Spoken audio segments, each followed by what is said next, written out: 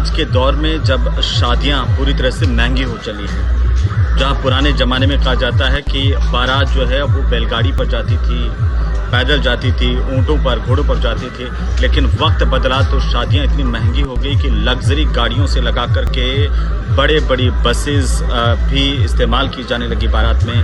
और अब तो कई शादियों में दूल्हे जो है वो हेलीकॉप्टर लेकर के पहुंच रहे हैं। लेकिन आप क्या ये सोच सकते हैं कि एक ऐसी शादी जिसमें 121 ट्रैक्टर बारात में शामिल और दूल्हा खुद एक ट्रैक्टर पर सवार होकर के खुद ट्रैक्टर चलाते हुए अपने ससुराल पहुंचा अपने दुल्हन को लेकर के। जी हाँ, ऐसी ही शादी राजस्थान के जोधपुर ज़िले के औसिया इलाके में एक तहसील है आऊ और वहाँ पर तेजासर का इलाका, जहां पर बरसिंगों का बास केरला गांव की शादी। ये शादी इसलिए चर्चा में आ गई क्योंकि इस शादी में दूल्हा जब ससुराल पहुंचा बारात लेकर के, तो बारात में शामिल थे 300 बाराती और 121 ट्रैक्टरों की ये लंबी लाइन देखिए।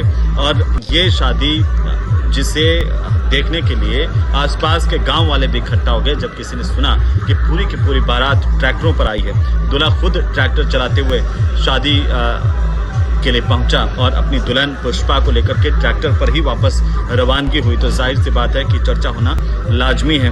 ये जो बरसिंगों का बास केरला गांव के दूल्हे हैं ओम प्रकाश, इनके पिता का नाम है बाबूराम माइला। और ओम प्रकाश अपनी शादी को बिल्कुल संजीदगी के साथ, बिल्कुल यूँ कहें कि सादगी के साथ करना चाहते थे।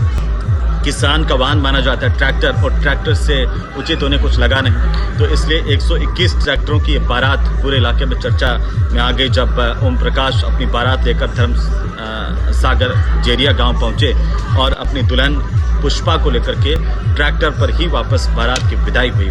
इसे लेकर के कई तरह की चर्चा है कि आज के दौर में भी खेती किसाने वाले लोग किस तरीके से ट्रैक्टर को महत्व देते हैं, ये आप इस शादी से समझ सकते हैं। सादगी को भी इस शादी से समझ सकते हैं। पर ये अनोखी शादी सबके बीच में चर्चा में है।